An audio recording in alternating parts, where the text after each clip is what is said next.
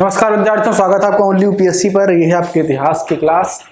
जो पिछली क्लास इतिहास की थी उसमें आपने पढ़ा था सिंधु घाटी सभ्यता की उत्पत्ति को लेकर के, ठीक है ना। इस क्लास में हम पढ़ेंगे उसके कालक्रम को लेकर के, जो अलग अलग मत हैं वो क्या हैं और क्यों अलग अलग मत हैं, क्या समस्या है कि उसका तिथि निर्धारण सही से नहीं हो पा रहा है, अलग अलग तर्क मान्यताएं क्यों हैं, इन पर विचार करेंगे। ठीक है, तो आइए देखते हैं।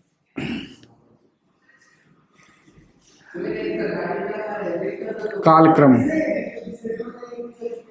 ठीक है, कालक्रम, सिंधु घाटी सभ्यता का कालक्रम, ठीक है ना। आगे आप ऐड कर देंगे हड़प्पा सभ्यता या सिंधु घाटी सभ्यता।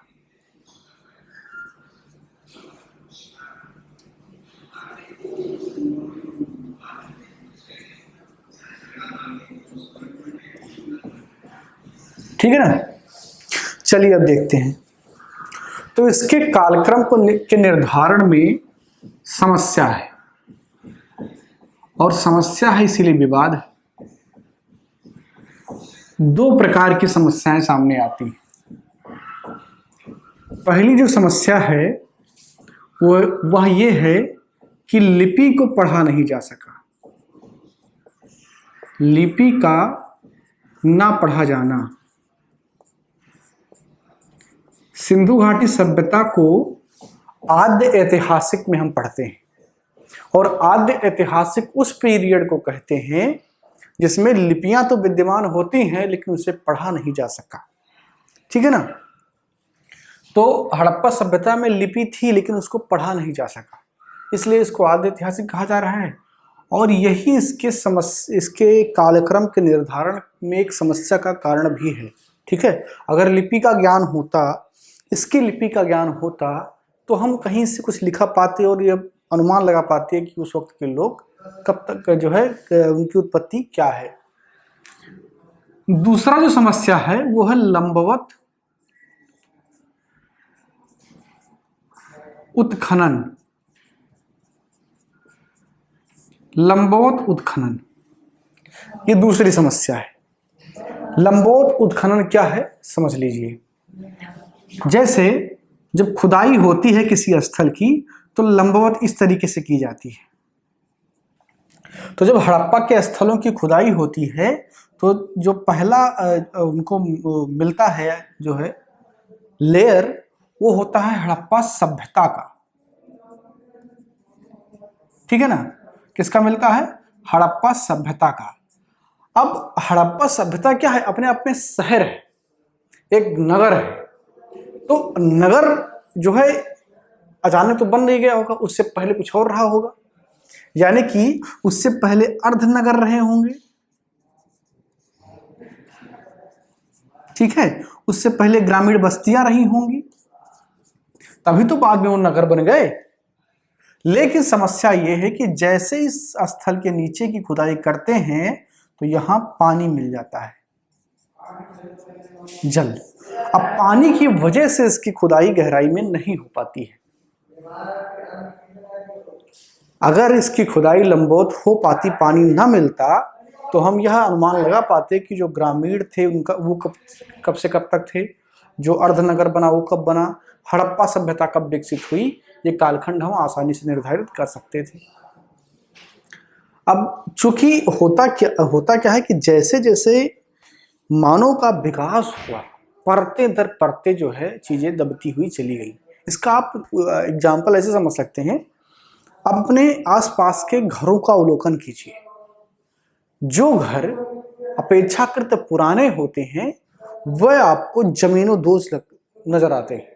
इसका मतलब यह है, आप दो घर का अवलोकन कीजिए जिनके कालखंड में करीब 10 साल का फर्क हो, या 15 साल का फर्क हो, या 20 साल का फर्क हो।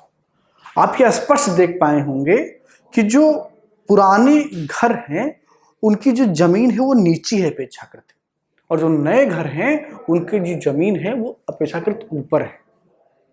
ठीक है ना। तो जो पुराने हैं उनको खोदने के लिए हमें उसी लेवल से नीचे जाना होता है। यहां समस्या ये है कि पानी मिल जाने के कारण नीचे खुदाई नहीं हो पाती। चलो, दूसरा एक ऑप्शन होता है क्षैतिज उत्खनन का क्षैतिज उत्खनन संभव नहीं है। क्यों संभव नहीं है? जैसे मान लीजिए कि कोई एक बड़ी सी बस्ती वर्तमान में बसी हुई है, एक समृद्ध नगर बसा हुआ है और उसके किसी कोने पर क्या है, एक ऐतिहासिक स्थल है, एक ऐतिहासिक स्थल है। अब इतिहासकारों को लगता है कि यहाँ पर हड़प्पा सभ्यता की कुछ चीजें हैं और वो यहाँ पर खुदाई करते हैं, तो उनको वे लंबवत खुदाई करते हैं, उनका काम नहीं बन पाता जितना उनको बनाना है। अब अगर वो क्षैतिज खुदाई करें, यानी कि इस तरफ विस्तार करें या इस तरफ विस्तार करें, तो दिक्कत क्या होगा कि एक बसी बसाई बस्ती को खोदना पड़ेगा, तोड़ना पड़ेगा। तो ये व्यवहारिकता में सही नहीं लगता है कि एक सिर्फ एक बस्ती की जानकारी के लिए आप नई बसी बसाई बस्ती को बर्बाद कर दें, उजाड़ दें। इसलिए क्षैतिज उत्खनन संभव नहीं है और यही एक समस्या बनकर के रह गया है, जिसकी वजह से इसका कालक्रम निर्धारित नहीं हो पा रहा है। ठीक है ना। चलिए अब देखते हैं कि अलग अलग प्रकार के जो मत हैं इतिहासकारों के वो क्या हैं और उनका जो कालक्रम विभाजन है वो कहां से कहां तक है। ठीक है। Father H Heras, Father H Heras, Father H Heras का मानना है कि हड़प्पा सभ्यता 6000 बीसी के आसपास थी। कब? 6000 बीसी। दूसरा है जॉन मार्शल, जॉन मार्शल के अनुसार हड़प्पा सभ्यता 3250 बीसी से लेकर के 2750 बीसी तक है। 3250 से 2750 बीसी तक है। ठीक है ना। माधव स्वरूप वत्स के अनुसार, माधव स्वरूप वत्स के अनुसार हड़प्पा सभ्यता 3500 बीसी से लेकर के 2700 बीसी, इनका मानना है कि जो है हड़प्पा सभ्यता 3500 बीसी से लेकर के 2700 बीसी के बीच में थी। मैके के अनुसार 2800 से 2500 बीसी। एक इतिहासकार हुए हैं मैके, जिनका मानना है 2800 बीसी से 2500 बीसी। ठीक है। अब यहां ऊपर लिख देता हूं, रेडियो कार्बन डेटिंग के माध्यम से जो डेट निर्धारित किया गया वो है 2350 बीसी से 1750 बीसी। 2350 बीसी से 1750 बीसी माना जाता है कार्बन डेटिंग के अनुसार। कार्बन डेटिंग एक साइंटिफिक प्रक्रिया है। ठीक है। डीपी अग्रवाल इसे 2300 से 1700 बीसी के बीच मानते हैं। डीपी अग्रवाल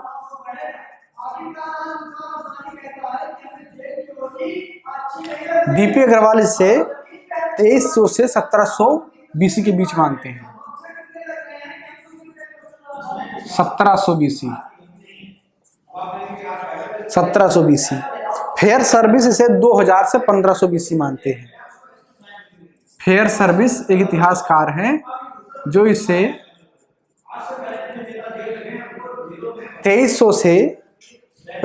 2000 से 1500 बीसी मानते हैं।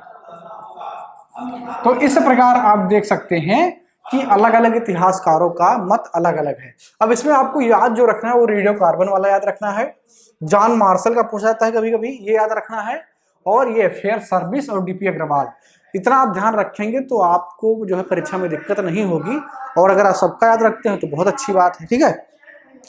चलिए मिलते हैं अगली क्लास में। हम बात करेंगे विस्तार पर। सिंधु घाटी सभ्यता का विस्तार किस प्रकार है, पाकिस्तान में कितने स्थल हैं, भारत में कितने स्थल हैं और उसका आकार किस प्रकार है, अफगानिस्तान में कितने स्थल हैं उनका जो है सीमा उनकी कितनी है, इन सब पर विस्तृत चर्चा करेंगे। कौन कौन से स्थल कहाँ पर हैं, सबसे इंपॉर्टेंट सेक्शन जो है वो अगला क्लास होने वाला है, ठीक है।